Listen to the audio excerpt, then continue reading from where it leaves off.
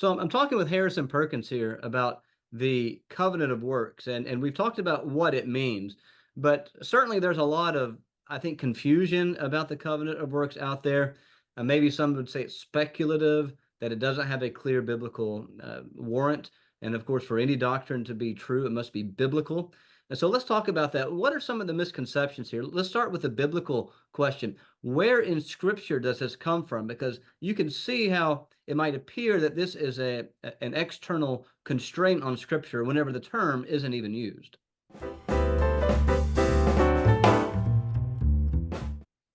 Right.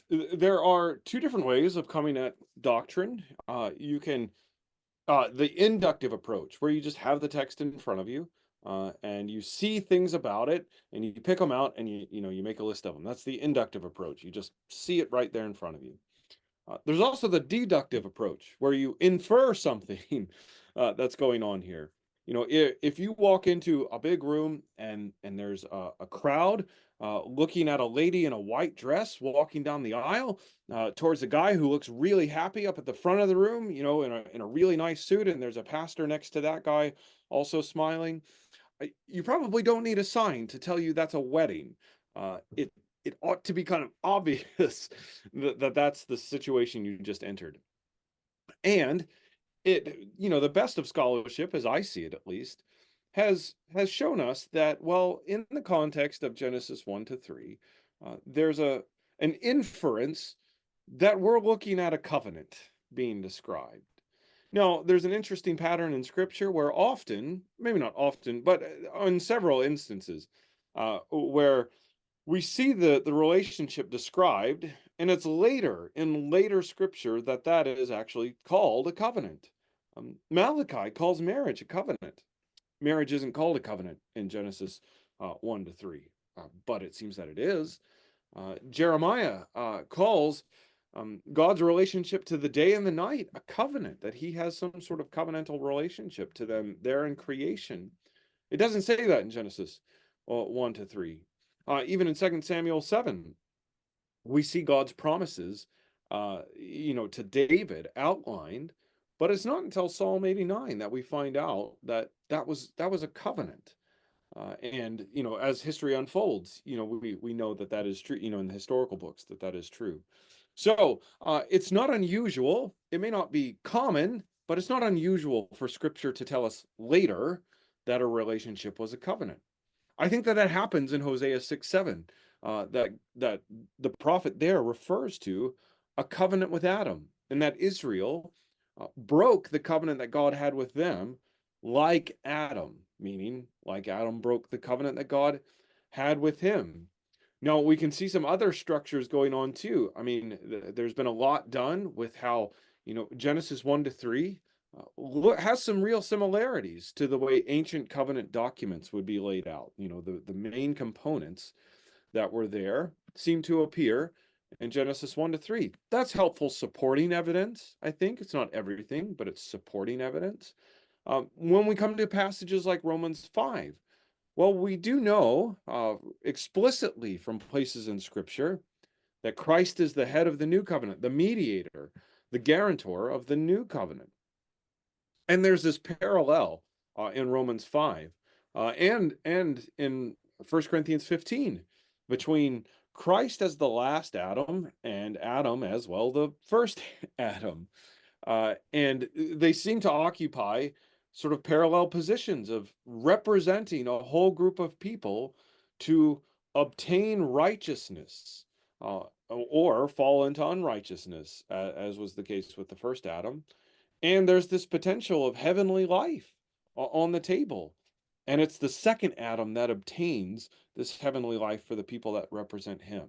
So it's a deductive argument. It's pulling pieces out of Scripture and fitting them together to realize the whole picture of, it does seem that there was this covenant between God and Adam, and we put the pieces together as Scripture gives them to us. So I And do it's, think it's biblical. It's just a different kind of understanding how the texts bring this idea together. yeah, I'm reminded as you say that just because a word isn't used doesn't mean the concept does not appear, and just because a word is used doesn't mean it refers to the same thing every time. as well. So Right. you got to be, Absolutely. that's what they call the word concept distinction, which is, I think, important for interpreting the Bible and for doing theology. Now, one of the big objections that I've heard and that I've had, as well as I've thought through these issues over the years. I no longer have it, but you can see how someone might object that covenant of works sounds totally contrary to the gospel.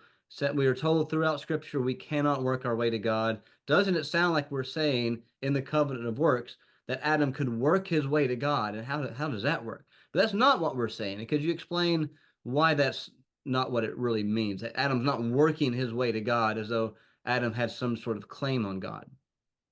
Yeah, there's two aspects, I think, to that question. And the first one is, well, was Adam, from having nothing at all, if that's the uh, premise, if that's the presupposition that Adam has nothing and he's working his way to God, well, that's wrong. Because that's not what we think is going on at all in this covenant. Adam had God's favor. He was created into a good and covenantal relationship with God.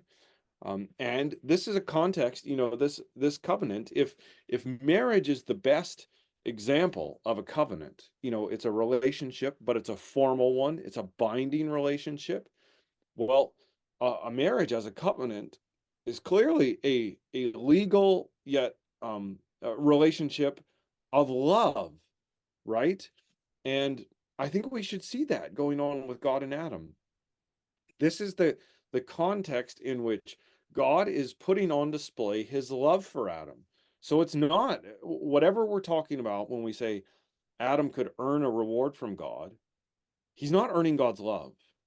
God already loved him. And in fact, that's why he made him into this covenant.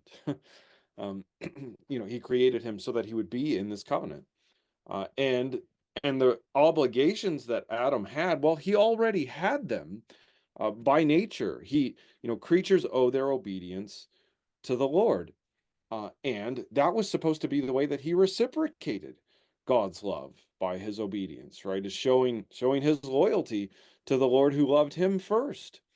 And so then this reward that God offered to Adam, which was kind of a heightened experience of blessing, supernatural life, new creation life, the spiritual body, as 1 Corinthians 15 will put it, I mean, basically glorification beyond corruptibility. Well, the offer of this reward was another display of God's love. He didn't have to create Adam so that he could, so that our human nature would be capable of this elevated condition. Could have just made him, already in that status, I guess, or could have made him so that he wasn't capable of reaching any new levels of blessing. And so the fact that God created Adam, loving him, and then offered him something even better than the amazing things he had, puts this whole thing as a relationship of love, and one where God has already shown his love to Adam, and where Adam has the opportunity to show that back. So that's the first thing. Adam isn't earning God's love. He's not, earning his way into any relationship with God. He has one. He's able to earn something very specific. The second thing I think to bring in is that, yes, the covenant of works does rest on a very different principle from the covenant of grace. Now, there's debate in the Reformed tradition about whether it's most helpful to to talk about grace in the covenant of works. I'm personally of the position that it's not. I see how some people, if they carefully explain it, can use it effectively, but I'm not personally convinced that it's most felicitous. But I think the thing that we can say, and ought to be agreeable, is the fact that Adam wasn't a sinner means that, one, the premise of works is different from the gospel, but Adam didn't need the gospel because he was created with original righteousness, upright, good, holy, so that he could serve the Lord from his natural strength. The Westminster Confession 4, paragraph 2, talks about how God made him with the law embedded in his heart and the ability to keep it. And so Adam didn't need rescue, and that's not, so he's not earning rescue. So it doesn't work exactly like the gospel does, but that's because creation as such wasn't bad. It wasn't in need of the gospel. And we need to keep those redemptive historical categories firmly in front of us when we think about this of creation, fall, redemption. And this is in the realm of creation before the fall. And I think that's a helpful way also to protect how this works and see how ultimately it's not denying the gospel principles. It's setting up a different area of discussion. And when you say gospel, you seem to have in view there particularly the idea of redemption from sin and the answer to our sinfulness that was not there in Adam's original condition. That's right. That's right.